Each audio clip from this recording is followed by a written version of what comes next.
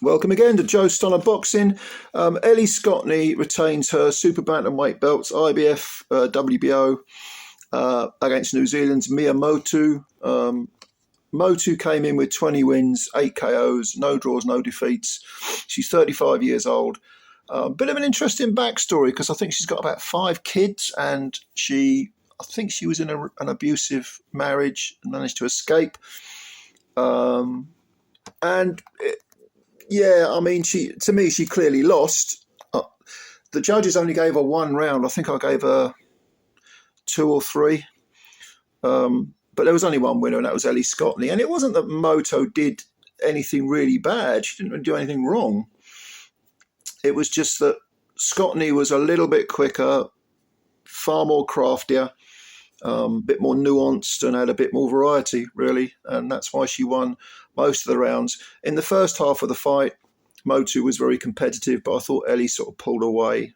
I think I did 97-93. I did give Motu 3 rounds, but a couple of those might have gone to Ellie. I don't know. The right girl got it anyway, and it's a good win for Ellie because she's now got 10 wins. Not a single KO in the wins column, but she's fought decent women. No draws, no defeats. She's only 26 years old. And she's just a bit... She was just, better, the better fighter than Motu. Because Motu was decent. Motu could fight. She came forward, orthodox, looking to land the big punches, the big right, the backhand. There was a lot of meat on every punch. There weren't a tremendous amount of jabbing going on.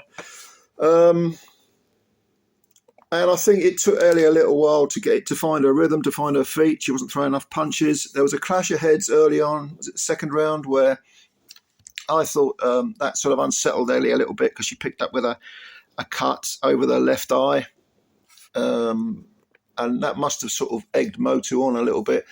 But Motu was planting her feet and sort of shuffling forward a little bit, but you could sort of tell straight away she was looking to land the big punches.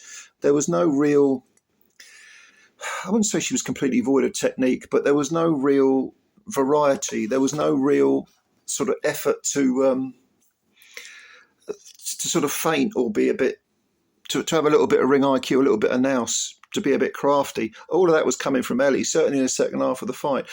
And she began to find the home for the right hand, sort of from maybe the 4th onwards, and was consistently landing it. And Motu didn't really have any answer. I don't think Motu was ever hurt at any point. Neither was Ellie Scotney. But, Motu at 35, you've got to wonder, as she reached the ceiling, she's had nearly all her fights in New Zealand. She did show something. She showed guts and she showed determination. She never stopped trying to win. But Scotney, once she found her feet, was just a little bit too good, a little bit too slick. I don't like the 10-2 rounds. I've said this so many times before. I hate 10-2-minute rounds.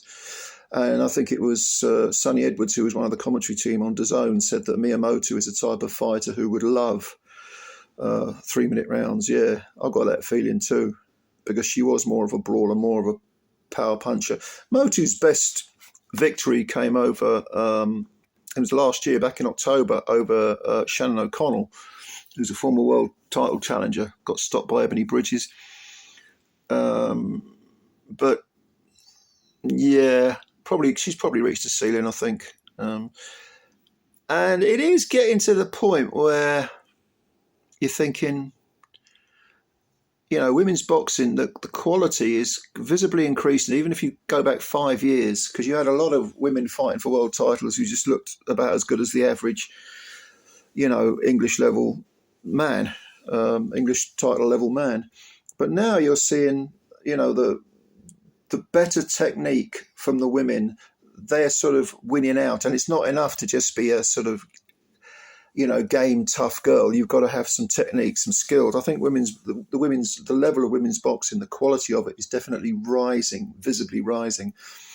So for someone like Mea Motu, who I think she started boxing quite late, who doesn't quite have the technique, but does have a lot of, guts and endeavour, it might be that you really have to manoeuvre that level of opponent into against a weaker champion.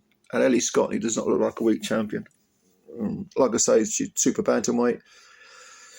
I mean, she'd be absolute fodder for if she moved up and fought someone like Sky Nicholson, because Sky would she wouldn't lay a glove on Sky. Sky's excellent at what she does, that fencing style of hers. But Scotney, trained by Shane McGuigan, her technique looks good. It did take her a few rounds to get going though. When you're in there for 10-2s, you want to get your skates on quick. Otherwise, before you know it, 10 minutes later, half the rounds have gone by.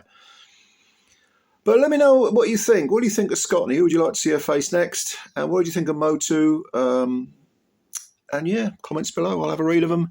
Thank you as always for your time. Please subscribe to the channel if you're new, and also hit the like button if you're new to the channel. Thank you very, very much, ladies and gentlemen. I'll catch you later. Bye for now.